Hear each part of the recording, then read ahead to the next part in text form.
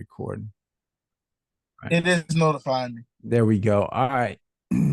What's up, everybody? This is the Six for Sixers podcast. I am your host, your brother, true diehard Sixer fan, Creek right here. I got my brother Greg right here in the building. What up? What And up? we haven't had a pot, in the summer everything slows down a little bit. So we haven't really reported on everything week by week or day by day like we do when the season starts, but a lot has happened in the past few weeks. So I figured we come on here and do a quick show. If you're not familiar with the Six for Sixers podcast, what we do here is we break down all things Sixers. 6 points. We go on 6 points. This is not one of those hour-long, 2-hour-long podcasts where we just blah, blah, blah, and are talking trash. We actually get to the nitty-gritty right away. You know what I mean? So like, share, Yep. subscribe always, so we can build the content up and keep things going, keep things fresh, right? So I got Greg here. So Greg is going to help me. I'm gonna chime in a little bit, but I'm just gonna ask you questions. Just give the people some background, Greg. How long you been a Sixer fan? What's your earliest recollection of the 76ers? Well, I've been a Sixers fan. I want to say all my life because I'm from Philly, Mhm. homebred. But I mean I did sway a little bit. I had a few other players that I liked, so I kind of followed their teams. Shaquille O'Neal in the '90s, so I was I cheered for Orlando, and then Okay. when him and Kobe connected, it was that Lower Marion connection that drew Right. me to kind of cheer LA on. But I was always a homer, at heart. I cheered AI on when they played them. Um, Once we actually made it, to the finals. So even though I was like following the Lakers, I still was cheering for Sixers. But it's always Okay. Sixers first, and Yes, sir. that's kind of where it's at. I'm a Sixers fan through and through. All right, awesome. All right. So if you're not a member of the Six for Sixers Facebook page, please go on there and join up with us there as well. We give a lot of content, everything Sixers. All right, let's jump right into it. So I'm gonna give you 6 points, right? And I want your take on six. First point of the night is summer league play. Overall, what is your impression of what the Sixers did in the summer league? I like it. You know what I mean? I think we could have showed some more. If we could have showed some more consistency, I think we would have fared better nationally. Just like anything else, we always kind of lack that respect. I think that obviously Miami won, but I think they had a ringer. I mean, most people might know who I'm talking about. If you don't, if you Yeah. know, you know. If Yes. you know, you know. You know what I mean? Miami had to win something because they had a quiet off season and they ain't done much. So I think they wanted to feel good about something. But this ain't a Miami podcast, so we're gonna go into that. But Like, yeah, I mean, they definitely had a ringer. Put it. They had basically yeah, a starter yeah, playing in summer league. yeah. Yeah, I mean, So we had Ricky Council, but that doesn't equate. nah, yeah, Yeah. nah. It's like when you had the summer league and you had the big kid that everybody knew was 2 years too old, but he came Yeah. in the house, everybody. Yeah. That's kind of how it was. You know what I mean? Yeah. So it Yeah, is what it definitely. is. But yeah, so summer league I think was I mean it was a good opportunity, to showcase, some of the new talent, with Bona McCain. I think that, you know, especially Bona, I'm really excited about him because I think that if we take the proper time with him, he gonna be something special. Okay. Obviously McCain, I don't know. I just don't know. I do like that he seems like at some point he can be a floor general. He has those little inklings. If he sticks to it, kind of like Maxi stuck to it, the Mm, 1% better yeah. every day. Mm, I think that he's in the best place he can be to learn to be better. I think that he rebounds aggressively. yeah. That's one thing I think people didn't really pay attention with him. Yeah, his shot wasn't falling, but he definitely has some skill. He's willing to drive. He looks like he knows what he wants to do, with the ball. And Mm, like I said, he gets in there and he definitely rebounds. right. As far as our two-way contract guys, I think they did what they should have done, because Mm, they had experience in summer league, and right. I think they showed up and did what we expected them to do. So Mm. So just some highlights. Yes, I agree with you about Bona. I see him as maybe a 10 and 10 guy. You know, I mean, not this season, but I mean, in career wise, you know, I don't see him as Yeah, a all yeah. star, but a 10-10 guy. I I'm with you on McCain. He had some really bad shooting nights, which that will come with just time, but he is undersized. That's one of my concern. He does kind of he doesn't play like Maxi, but you know, he's around his same size. You can't have him and Maxi in the backcourt together. I just think that's Mhm, just too small, you know. But mhm. what's your impression on the two-way contracts, Doughton? Um, what's your impression specifically Doughton? I think that what was gonna happen is we are gonna see some of him, you know, in certain games, certain times of the year. Because I think they want to see what he could be. You know, they're Mm-hmm. gonna allow him to be tested. Yeah. I think that he has shown growth, you know, Mm-hmm. over his time in the G League, you know, and playing summer league. And I want him to feel disrespected if he ends up Right. back there again, you Yeah. know, Yeah. because Yeah. if he feels disrespected, I mean, I think he'll probably go ahead and work on his craft to the point where he could be on that bench. You know what I mean? Yeah. And we could be calling him in with that second unit because ultimately, I mean, that should be a goal of his. A goal of his should be by the end of the season to be a part of that second unit. Yeah. Daryl Morey was on WIP, and they were talking to him about some of the team being able to gel. Not to segue too far, but he, in his words, he said 82 games is a lot of games. He's like, and that's Yeah. a lot of time to figure out a lot of things. Mm-hmm. So we're gonna see. Yeah. All right. All right. So I have a question mark by Aluma's name. I thought Aluma was I couldn't understand why he didn't get one of those two-way contracts. I know there's still a roster spot, but I think it's highly unlikely that him coming from the summer league is gonna jump into a roster spot. So Hmm. did you see enough games to really I, assess Aluma? I'm gonna have a very unpopular opinion right here. Okay. All right. I do not. I wasn't a fan of Aluma. Okay. Aluma for me, I I didn't like. I think that he plays mature, right? Mm-hmm. But at the same time, I think he's already where he's gonna be. Okay. If that makes sense to some people. Yeah, it I think does. he's where he's going to get to. That's it. Maybe that's not Yeah. fair, but that's just how I thought. I don't Right. see him having like this big growth, spurt where his Right. performance goes from A to Right. G. I don't know. I just didn't see what Okay. everybody else kind of saw. So I think I'm probably in the minority there, but yeah, Yeah. he didn't do it for me. I got you. And maybe that's why he didn't get signed. And maybe my perspective might be limited. I thought he did well in summer league, but maybe, it's a professional is a different level. And maybe they Mhm. didn't see that. So Absolutely, all right. absolutely. So that's point number one, summer league play. Point number two, or topic number two, Reggie Jackson signing. What is your impression of the Reggie I I, Jackson I signing? like it.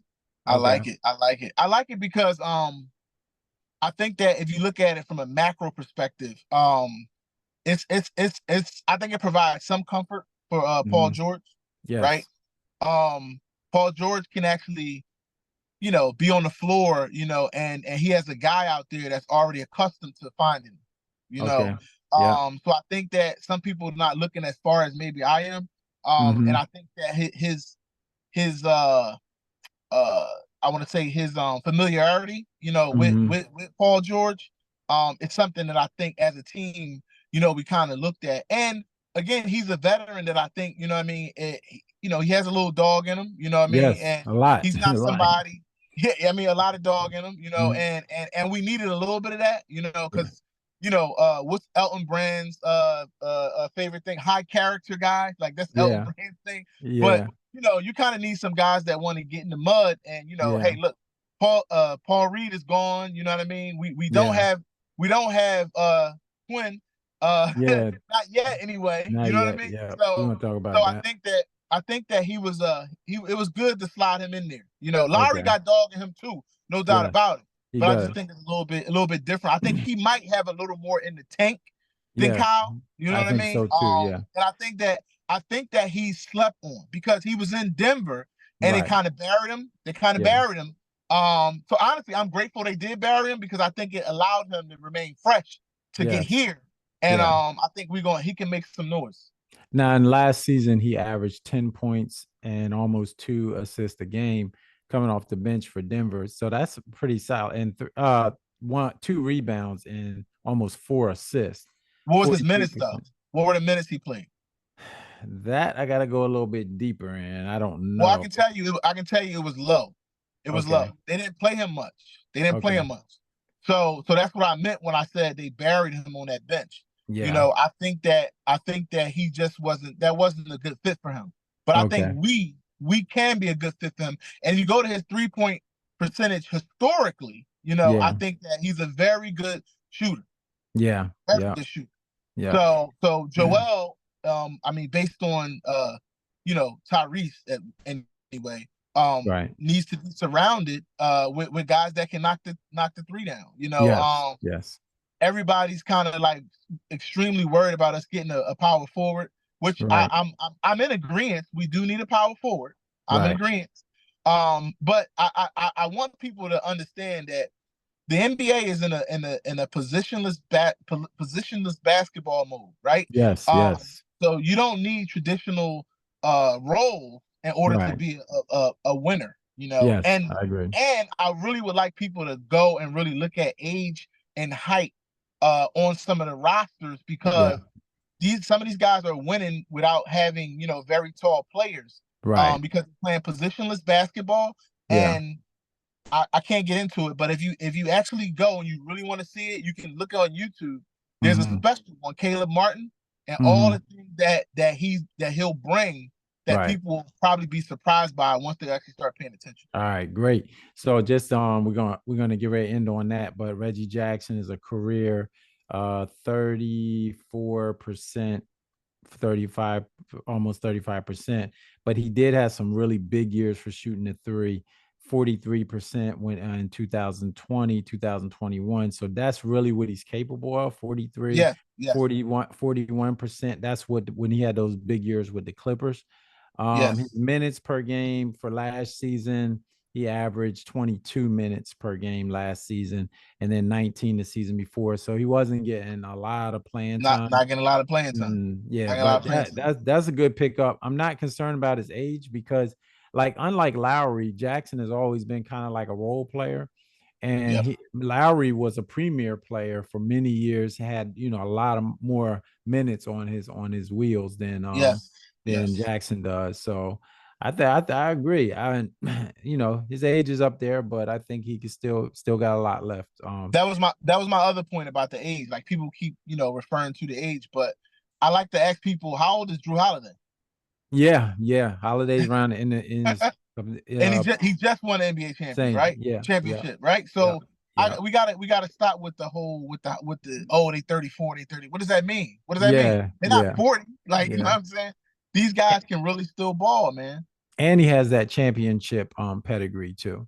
He's won Yes, a title. He's yes, been there. He's been in a big moment. So, yes, yes. So all so right, historically, that's what I meant when I say historically. I didn't mean go back 10 years, but if you go back the last a contract, let's say 3 or 4 years, those yes, first 2 years, he was shooting the three, Reggie Jackson, at a high yes, clip. yes, he was. Yeah. All right, good insight on that. Let's go on to Caleb Martin. I know you were really, really high on him Yep. on the page. Tell us why. Well, because I think that number one, I think he's our Boston Strangler. Okay, so Yes, you know what I mean because he really despises Boston. yes, And he doesn't. He actually gets up to play those guys. If you really pay attention, plays a lot bigger than he is. You know what I mean? yeah, Like a lot of people don't pay attention to a lot of Miami games. I mean, a lot, may have not paid a lot attention to a lot of the games that Miami played yes, over the last season.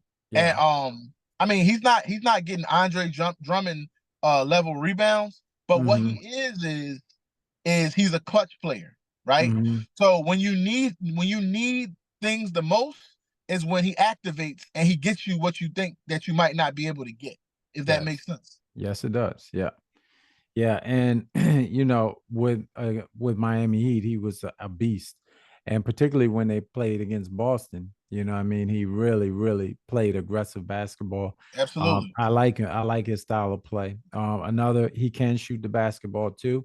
Had his best year last year statistically, 10 points per game, 4 rebounds, and 2 assists.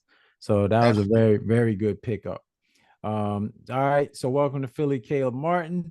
Next point number 4. We got 4, 5, 6, and then I got one bonus point. Paul George. Hey, Paul George, I love it. I love Yeah. it. I think that, I mean, obviously some people were higher on Brandon Ingram. You know, I heard that, Yeah. but um, I think Paul has more dimensions to his game, Yes. much more dimensions to his game, and I think he's a much better defender, in my opinion. Yes. Yes. Yes. Um, Yes. so yeah, I mean, Brandon can score the ball, you know, like Paul can score the ball. But Yes. I think just again, my personal opinion, I think that Paul is a higher IQ guy than Yeah. Brandon, and I Yeah. think that he'll be able to fit in where uh Brandon may not. I think Paul is more of a shoe-in. You know, he was the smarter pickup. I mean, and it's a reason why, you know, he was coveted as like the number one. You know, Right. that's not for no reason. You know, Yeah. he's been the number one. I mean, obviously, you know, he has his struggles in the playoffs like we have. Yeah. But very important, he has learned and found the right people to take care of his body in the right way, and it did really well for him last year. So I'm hoping that that same, you know, energy is brought this year, and he keeps that same the new person that he's working with that you know, has taught him how to kind of avoid some of those injuries. You know, he went all into how it is that he feels like he had the year that he had. Other Right. than it just being a contract year, is that he Yes. took care of his body in a way that he hadn't took care of it before. So Yes. And I want to add to what you were saying that in the press conference, he said that his job is to score the basketball and to guard the other team's best player. best player, And that's very absolutely, important because when you look at when we're absolutely, playing Boston, he can be that guy to match up against Jaylen Brown. Even when we're playing the New York Knicks, and you saw what Brunson did to us in the playoffs, because you know Maxey was really not big enough to really get with him, and yeah. Harris what didn't have the foot speed really to hang with him. Oubre couldn't do nothing with him, and maybe Paul George might be able to slow him up a little better than those guys. You know. Hey man, Maxie big enough now. Let me Oh just put yeah, that out he got the wide there. shoulders now. Let me put that out there. Let me He put that like out there. this now. He Yeah, my swelled up a man in the little bit gym. over the summer. My man in the gym, and he got the Yeah, straight backs. yeah, And he got the yeah, straight backs. yeah, yeah. So That so that so he. that pup might be a dog this year. I'm Oh just putting it yeah, out there. man. And you've been posting some good videos of you know, I saw a video of him working out, you know, dribbling the ball and just kind of just being real strong with it in terms of Yep. keeping defenders away. So I expect Maxi to really be a beast this upcoming season. All right, so we agree Paul George, great signing. Happy to have him in Philly. And I think he's gonna be that all glue guy we need, you know, that he's really going to bring. And then the other thing, I will say this, then we'll move on. He said he feels like he can give Joel some longevity in the season physically because he can take the pressure off of him. And he said this, and this is almost a quote. He said, Joel Embiid should not be isolating at the top of At the the key. top. Yep. Yeah. And that Yep. is key, man, because that is what where I've been saying it for years that Embiid, if he played closer to the basket, people disagree with me because they're like, well, if he plays close to the basket, people gonna hang on him. He's gonna get fouled. It's more wear and tear. But I think starting at the 3-point line and trying to work your way in and doing all of these crossovers and back and forth and in and out with the, you know, on the knees, that's torture on your knees, man. So I Well, when think he Paul said that, George, go ahead. when he said that, he was looking at Nick Nurse when he said that. Yeah, Just yeah. for the people that's not aware, he was looking at Nick Nurse when he said that, and Mm, that's the other. This is exactly what I mean when I said that. I think that he was the better pickup than Bi, right? yeah, Because yeah. Yep. the Yes. experience that Paul is bringing, he got 15 years in, right? Yes. That Yes. experience you can't buy. You know what I Yeah. mean? So I Yeah. feel like this is what I mean by being a smarter player.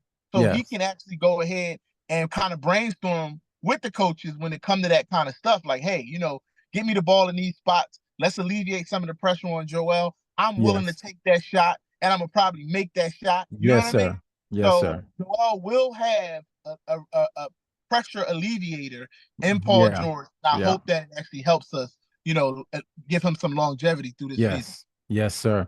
All right. Next topic. Joel Embiid in the Olympics. I will go out on a limb, not on a limb, but I will just make a confession that I have not seen one complete Olympic game. That's not totally my thing. I'm more of a diehard Sixer fan, and I love Joel Embiid, but I'm not more of a. Also, I probably will when they actually start the game. I think the games actually start Sunday, tomorrow, Sunday. Okay, Sunday. so I probably watch those. I did not watch any of the preliminary games, but Embiid did very well. Or he started out kind of slow, but he picked up and basically looked like he might be unstoppable. But what's your take on him playing? Because I know like Kawhi Leonard did pull himself. Well, I don't know if he pulled himself out or if they just basically cut him and said he wasn't working out on the team. But I think that the Clippers organization was kind of happy because Kawhi had suffered a lot of injuries and just kind of keeping him fresh. So I think Sixer fans are kind of worried about Embiid's participation in the Olympics. Where do you stand on that? So, just to give a little bit with that, not Paul George, I'm sorry. Kawhi actually was actually cut. Okay. Mm. The Clippers organization didn't pull him. They did because the trainers there at the Olympics noticed that he was still gimpy, on that, Mm-hmm. and actually I noticed it when he got off the bus, and I said, "Wow, this man's still limping," and Wow. people had actually mentioned that I'm like, he's still not good. So the Clippers got some trouble in their hands, but Yeah. Embiid actually started out slow because he honestly wasn't in shape. With him with the Mm-hmm. knee and all that. I think he probably did like the aquatic training and things of that nature, but we Yeah. all know it's not the same speed as playing with, these guys. Now, Right. my feeling about him playing is I love it.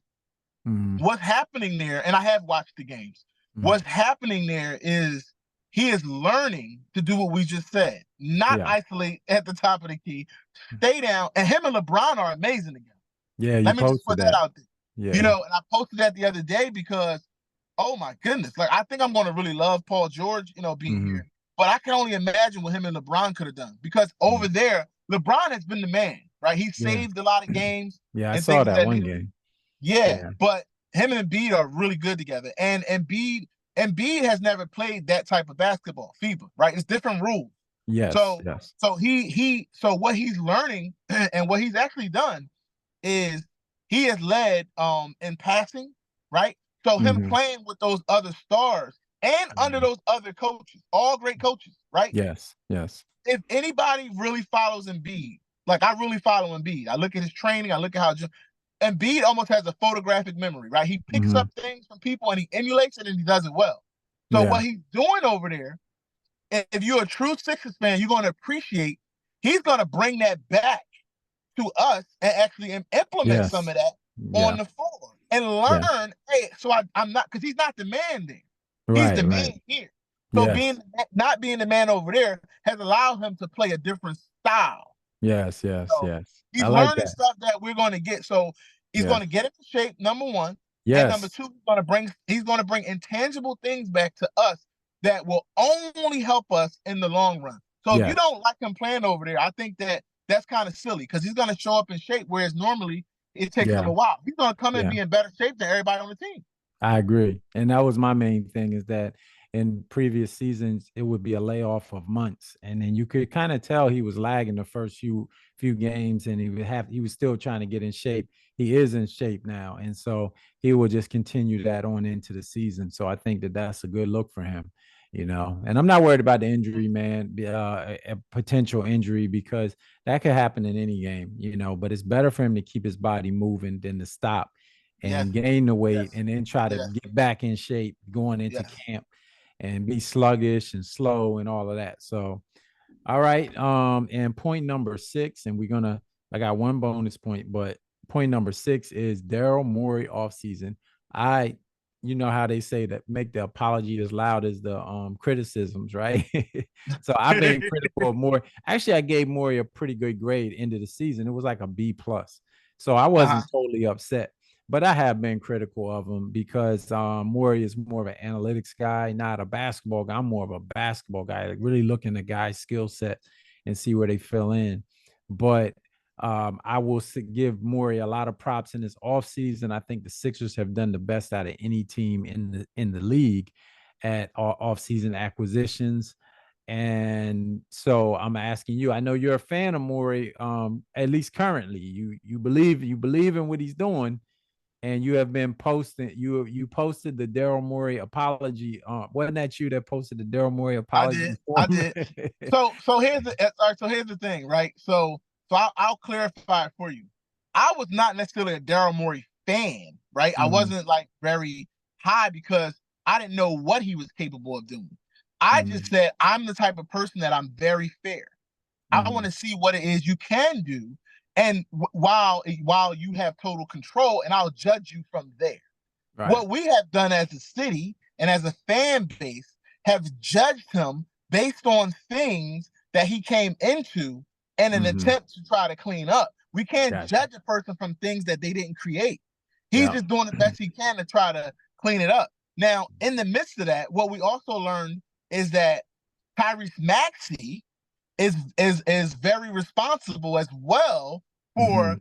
us having this wonderful off season Yeah. because he agreed to wait, right? Yes. Yes. So so what Maury has been doing under the cap, right, has been going on where we don't even know, and Yeah. yet we like ultra critical. And what I try not to do is what a lot of people do on the radio. They get on there and they make these crazy takes and just talk about stuff from the beginning of the time. I only talk Right. about the man from the time that he's been responsible. And everything he's been responsible for, I Yeah. feel, outside of James Harden, right? Yeah.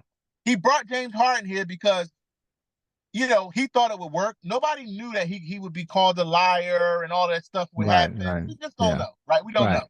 Him getting Right. rid of Ben Simmons was the right thing to do It because Ben was. Simmons didn't want to be here. Right. What else I do get you it. want him to do? Now, as Right. far I as get this it. particular offseason, Yeah. every single move that he has made has been the right move. It's been good. He'll get an A minus from me. And the Mhm. reason why you don't get like an A or A plus is simply because I can't say that it's not done because he Right. still has a move to make, which Yes. I don't think he can mess it up.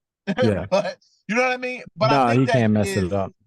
and I think that he is he gets the whole he's an analytical thing.